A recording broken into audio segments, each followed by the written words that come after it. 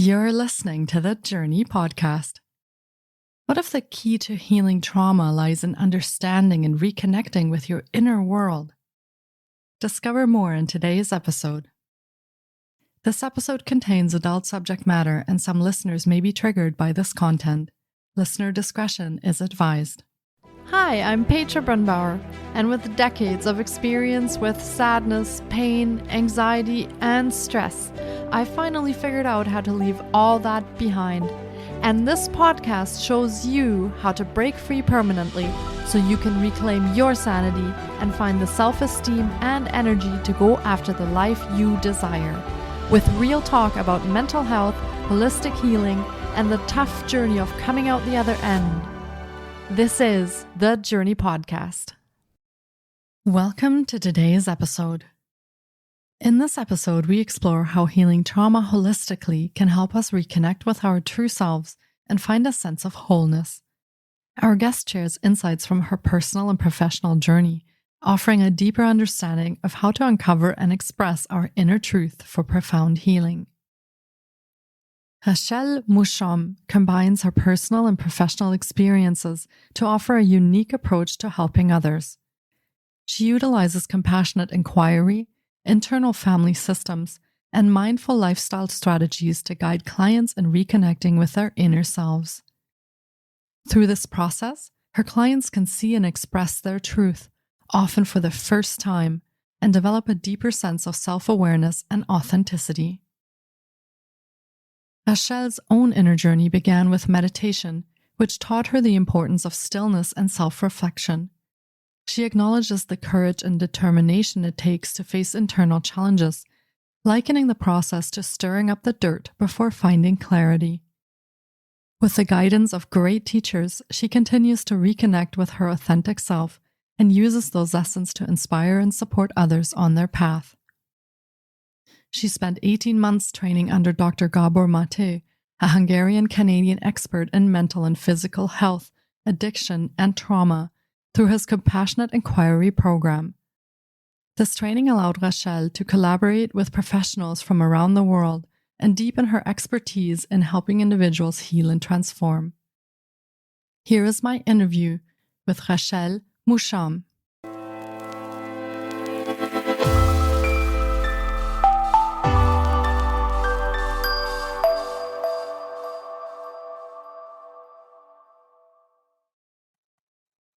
Hi, Rachelle. It's so great to have you on the podcast today. I've been looking forward to getting to chat with you because healing trauma holistically is such an important topic, and I feel something we need to talk about a lot more, and people can really use that in their lives. So I'm excited to dive into this topic today, and welcome to the podcast.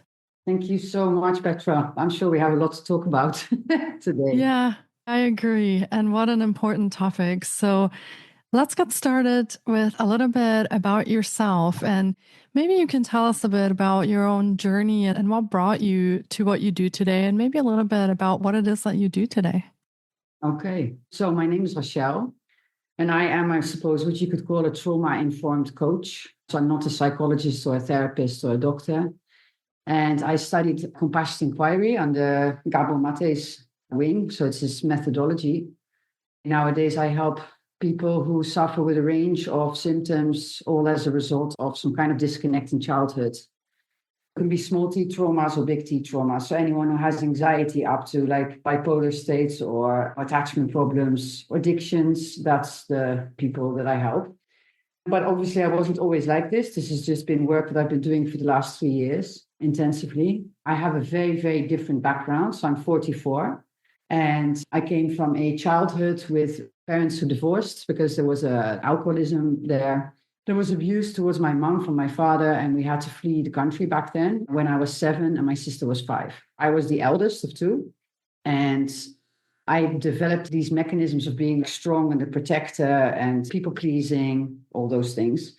So I got a little bit lost when I was around 12, 13, 14, and I started to use drugs for a few years. So very disconnected from self, completely no idea what was going on. Living with a single mother who was like fantastic, but obviously had her own traumas that she had to deal with. So every once in a while, she would also lose her course. So it was very, very difficult at times. And then I had a moment of revelation and I joined the army for some reason. So I went from drugs to the army, where I stayed for a beautiful 9 years. But obviously, this again was not a very healthy environment, because it's not an environment where you speak about emotions. It's been seen as a weakness.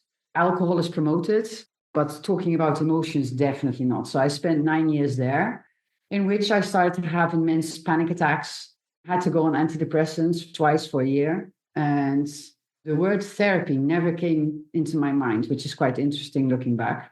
Always in fight flight, immense anxiety, but just going and going, and in survival mechanism, which I taught myself in childhood. So eventually I chose, after a tour to Bosnia, where I was driving around on antidepressants, I decided to leave the army, recognizing that I was way more sensitive than I thought.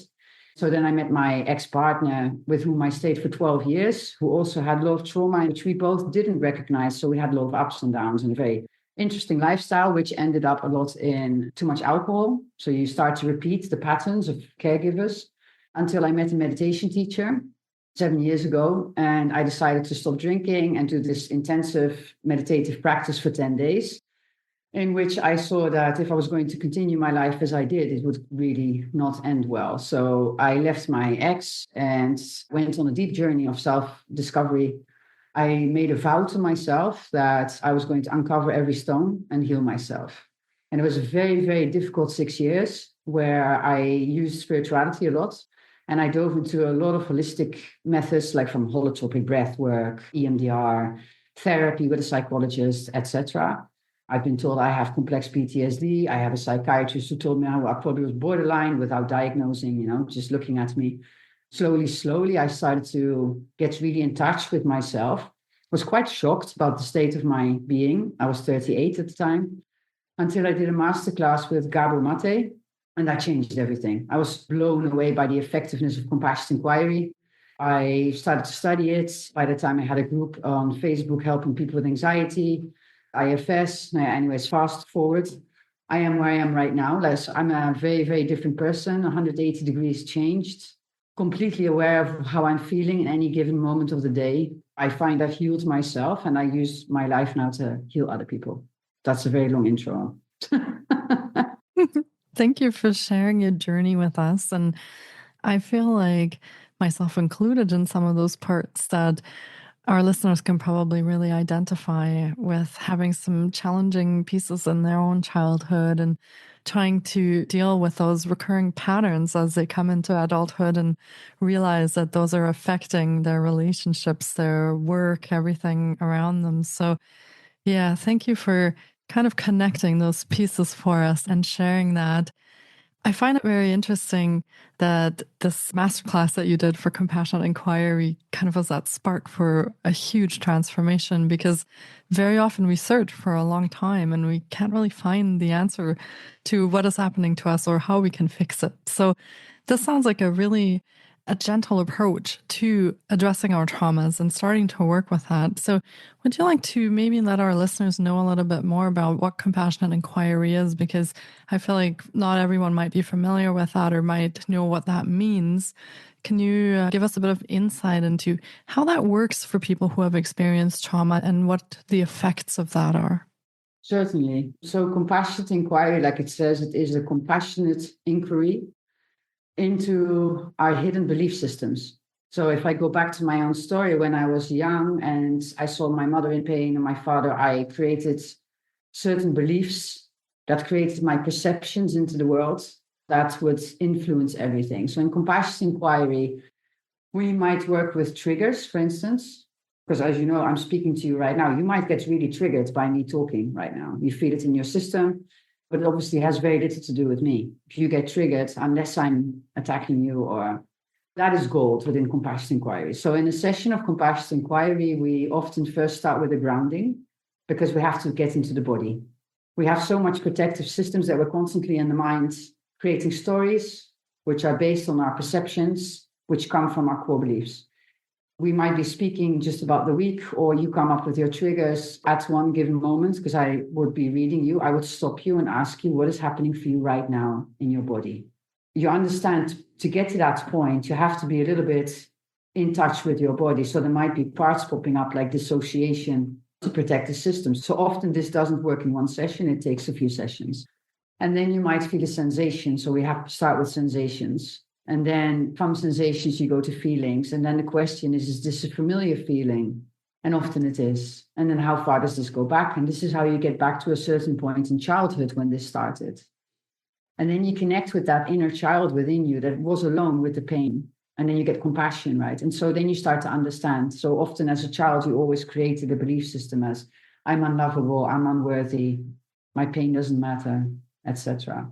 So it's a very compassionate way to very quickly drill into where things come from and to get away from the story, because we're so attached to the narratives, the stories, the perceptions. So when we go back to the body, we actually go to the facts, because stories, as you know, you can't always remember things correctly. My experience is very different than my sister's experience, even though we went through the same thing, right? But my feelings are facts. And so we can have compassion for the fact that I have a very scared, still 7-year-old child in me, right? So that's what compassion inquiry does. And what I do is I just mirror what I see and I validate your emotions and I validate whatever it is that you're feeling, what wasn't validated when you were a child. Make sense?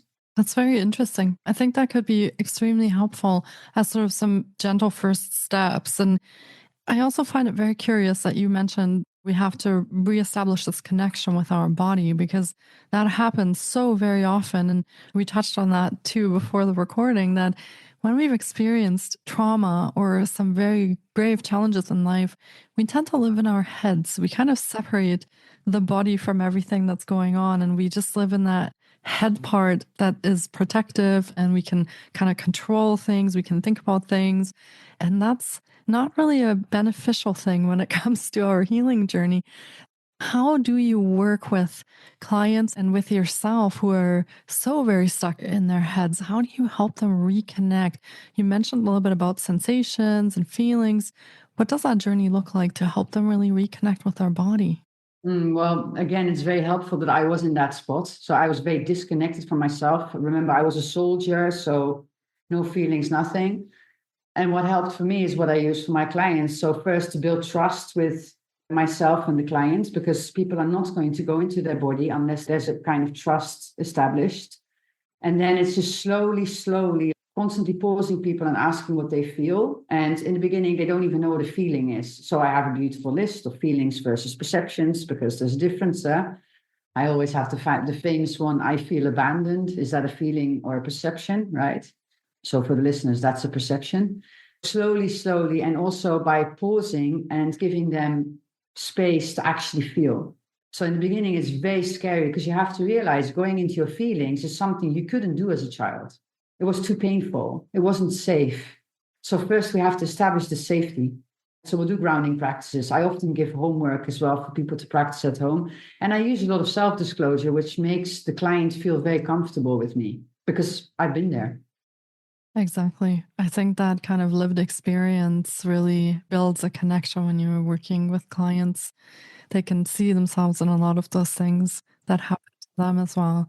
Do you use anything specific? I know that sometimes when we start reconnecting the head to the body, the sensations themselves can actually be sort of a triggering fact and can feel really scary when they come up.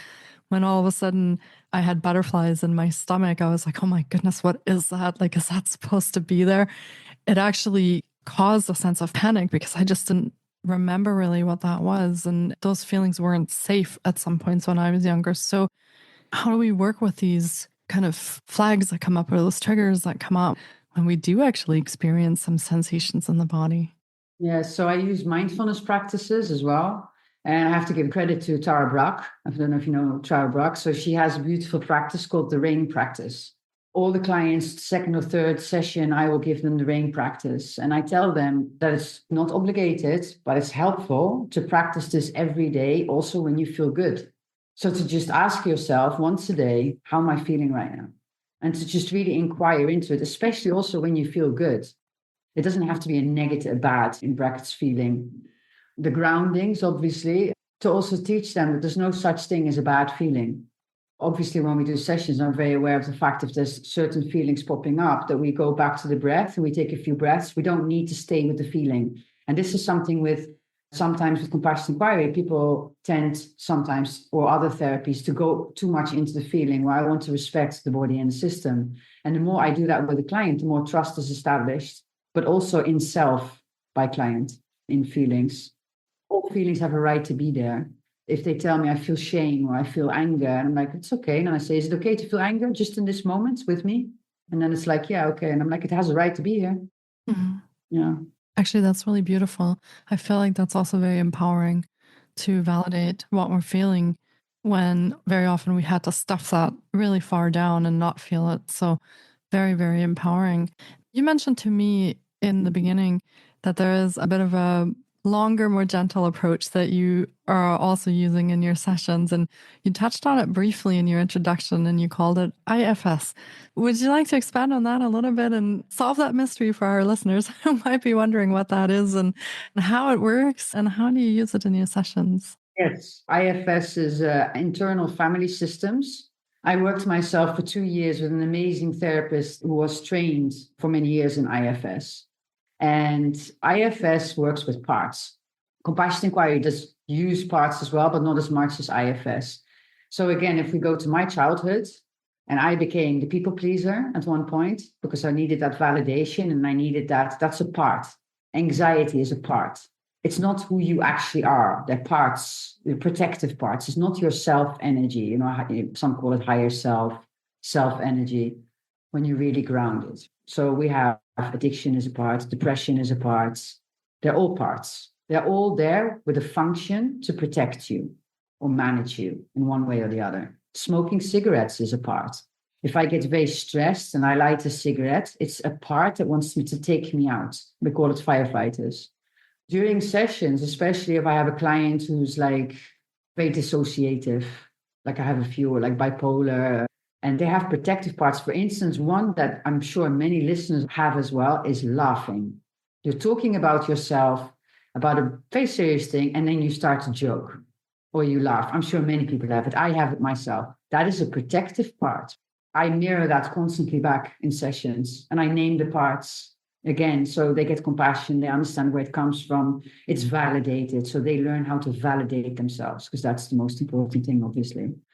IFS is a more gentle approach. It's about understanding the parts we're using, where they come from, listening to them, being with them, so we can unblend with them. Because if I go back to myself, I was completely in fight, flight, controlling, anxious. I was that person. That was 100%. I was completely blended with these parts, because these parts need to, this sounds maybe a bit cuckoo, but they have to see that you're looking at them and that it's safe for them to relax. And that's what we what we do in the sessions. So it's a beautiful combination together with the mindfulness, where you actually learn to feel safe in your system. And then at retreats, we use obviously the nature part. And that sounds really wonderful. It sounds like part of that whole piece that you were talking about before about the validation. If those parts, they need to be seen, right? To be healed, we need to acknowledge that they're there and we can work with them. So yeah, all part of that beautiful healing journey. I think validation is the most important thing, because if you are alone with your pain in childhood for whatever reason, nobody's validating your fear, your pain, all these things. And so you never learn to validate yourself 100%. So you're always seeking that outer validation, whether it's in work, often in relationships, like I did it myself. I mean, the army, and then I got married, and then it was spiritual community. Look, constantly seeking outer validation. And it's not until you start to learn to validate yourself that you don't need that outer validation anymore. I'm not dependent anymore on my job or the relationships. And that is so powerful. That is honestly, I think that is just the healing. Yeah, switching that perspective from external to internal, although that can be a bit scary in itself when you first start that process to look internally. But I completely agree. I think this is a big piece of that transformation on that healing journey. Absolutely. All my clients that come to me, I have so much respect for them. The healing is very simple. Actually, it's very simple, but it's definitely not easy. It takes courage and bravery to really face all your shadows and your parts, or whatever you want to call it, and sit with them and go through the dark night of the soul and all that. It's not easy, but it's so worth it. So worth it. Yeah. Now, when you came to that point that you mentioned before, where you knew that if you continued your life the way it was, you probably weren't going to make it. And so there was this point of choice that you had to actually do something different and do something about what your life was like at the moment. What were some of the biggest challenges that you ran into as you were trying to do this healing journey? I feel like you mentioned you spent like 6 years on this healing journey. So I think listeners might be getting a little scared to start that because they don't know if this will be a really long journey for them. What are some of the challenges that maybe you encountered or that are somewhat common when you work with clients? And how did you overcome those challenges on your journey? Well, first, the challenge was to find the right methodology. I was also part of a spiritual community, which wasn't the most healthy environment at a certain point in time, because it was all about validation and all that again. And I felt often one of my biggest challenges was I felt there was something consistently very, very wrong with me. And I think most of my clients have this. I really, really felt I was inherently broken. I was broken beyond repair because I just couldn't seem to fix myself, whatever I tried. And I tried a lot. I think I chose a certain environment that was very even toxic at one point. So that didn't help. So that's why it took 6 years. And obviously I trained for 3 years as well, right? So that was definitely, I needed to learn another big challenge that I had, which is something that I think most people have. I'm very strong in my mind. And to let go of that mind thing is very difficult. I also didn't feel safe. I did not feel safe at all, not in myself. I had zero trust in myself or the people around me. This was a very difficult combination. And this is when spirituality helped me to gain trust in something bigger than me, which then helped me to trust the flow of life, myself. But yeah, I would say that those were the most difficult because I've been in such a dark place. I know how it is to have suicidal ideation. I know how it is to feel like you're completely with a mental disorder or whatever. And that fear of going to lose your shit, the silver lining between sanity and insanity, that was a very, very difficult one. And every time trying something and it didn't work, trying something, I would do holotropic breath work and everyone around me was having the most beautiful experience. And I would become suicidal. That was very difficult, yes. So say that was the first 3 years, and then the 3 years compassion inquiry was different. Yeah, I feel like those are experiences that I can definitely relate to as well. Always asking, what is wrong with me and why can't I fix that? And I even ask those questions after certifying for some of the modalities and something happens and I wasn't able to help myself. So I feel like that is sort of a natural piece of that healing journey that we learn to accept and we learn to work with that. And as we build that trust, that kind of becomes part of our lives. But very interesting that you mentioned that too. One of the most important things in the healing journey is to start creating awareness, right? Awareness for what is happening, because we're always in reactive mode. So we did this workshop in Malta where we called the power of the pause. Between trigger and reactivity, there's a pause. Between stimulus and response, there's a pause. And so it's all about finding that awareness. But then when you go into the healing, and we all had this in compassion inquiry, at one point, it's like you have full-blown awareness that you're getting triggered, but you cannot stop it. You have full-blown awareness of everything going on, and you cannot stop it. And all the clients that come to me at one point, they come like in the session, like with this depressive, and they tell me, like, I just felt it coming and I couldn't stop it. And I always tell them, that's great news. You are now in the shitty phase. I'm going to print t-shirts with this, seriously. I'm going to copyright this shit. It's like, you are now in the shitty phase. This means you're starting to create the awareness of what's happening, but you haven't got the power yet to pause. Don't worry. Actually, you are right on course, because then a few weeks later, suddenly they find that gap and they can choose. And that's where the freedom is. Like, oh, I'm getting triggered. Am I going to fight? I'm getting triggered. I'm going to grab that cigarette. I'm getting triggered. So the shitty phase. I like that. You should definitely make some t-shirts. I think that would be helpful for people also to kind of see where they're at in their journey. That's perfect. Yeah. I also like the idea of that pause because I feel very often a bit out of control when I get ahead of myself. To really pause between those things that are happening, that's where really the power lies in our own healing journey. So that's also really, really helpful. Now, do you maybe have a practice or something that we could share with our listeners today that they could start with to start reconnecting to themselves or start a bit on that healing journey? Do you maybe have like a favorite little practice that you do or something that you'd like to share so we could maybe do that together right now and they can learn that?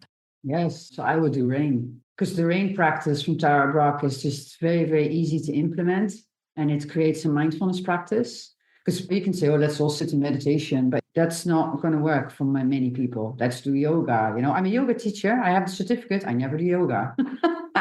Walking in nature. Not everybody walks in nature. I would say then try rain practice. If you can take one moment a day, you only need 5 minutes, is to do rain practice. So rain is an acronym, right? The R is for recognize. So I would say, how are you feeling right now? Can you recognize how you're feeling? So Petra, how are you feeling right now? I'm actually very balanced at the moment, and I feel like I am right where I'm supposed to be at the moment. So today is good. But that would be a perception. So what emotion are you feeling right now? I feel calm. Is that an emotion? Calm is an emotion. Yes. Perfect. I feel calm. So the R is for recognize. So you would recognize that you feel calm. Then you go to the A of allow.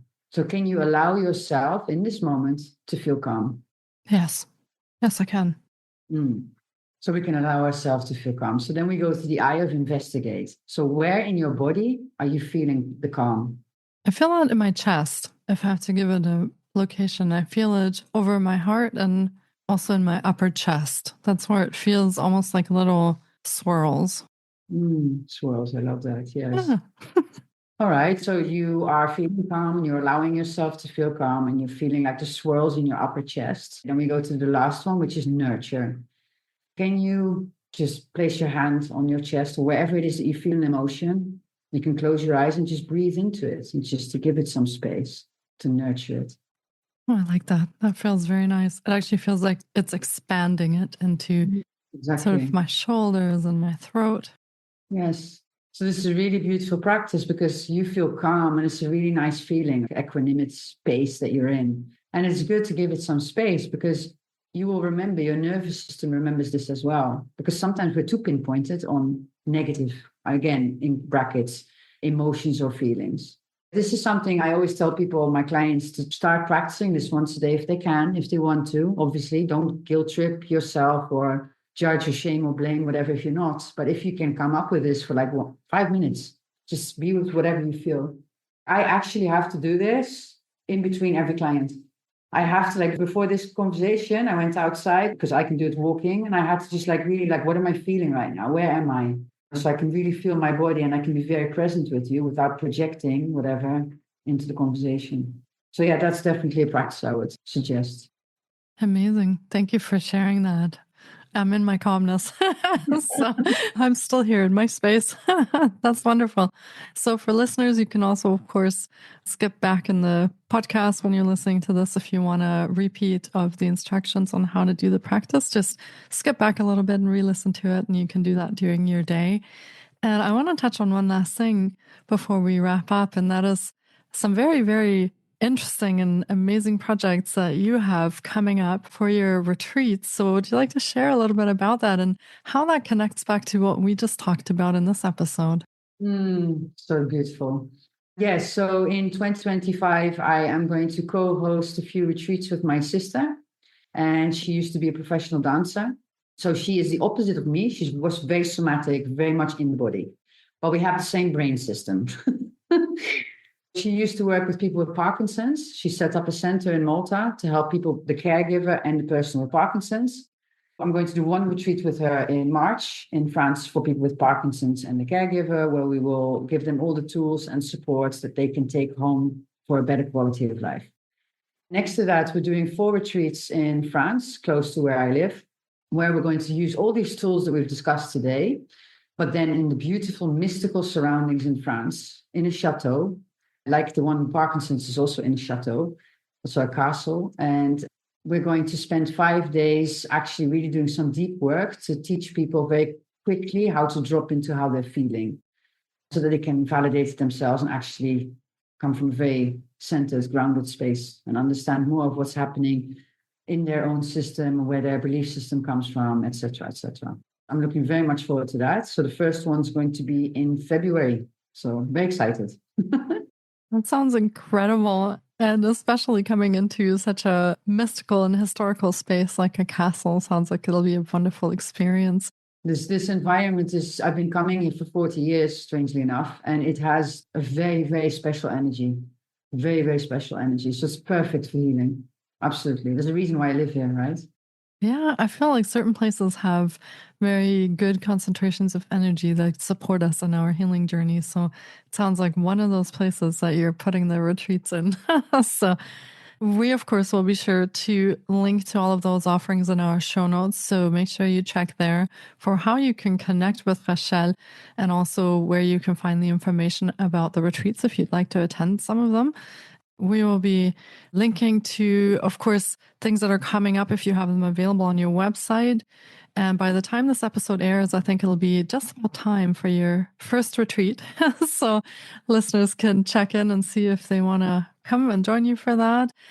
Especially what we've talked about today, the sort of holistic approach to trauma healing. I think there is room in our lives for pretty much anyone to take part in a retreat for some self-healing, because these are really the bases of what we experience every day, even as adults. So highly recommend that you guys connect with Rachelle and maybe join her on one of the retreats. And let me know if you decide to do that, because I don't live that far from Rachelle.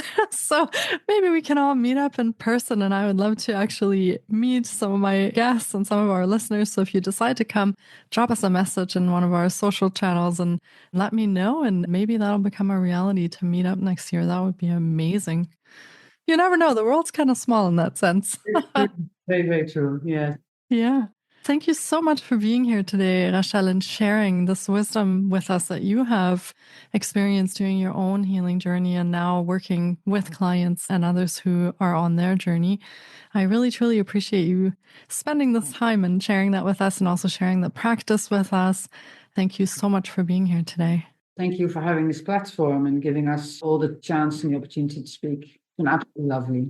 Yeah, absolutely. I feel like the more information we can put out there, the more empowered choices we can all make about our healing journey and our health. So yeah, you're of course part of that. Healing is very simple. Remember, it's very, very simple. As long as you know, and I think most people just don't know. There's too much. Yeah. That's a conversation for another day. We'll do another episode on that. So, yeah. Thank you so much, Rachelle, and take really good care of yourself. You too. Thank you. Thank you so much for taking time out of your day to listen in. If you enjoy the Jōrni Podcast, please support us by subscribing, sharing on social media, and leaving us a review. We appreciate you. And you can find more of The Jōrni on Facebook, Instagram, TikTok, and our website, thejōrni.com. Sending you love and courage, and see you next time.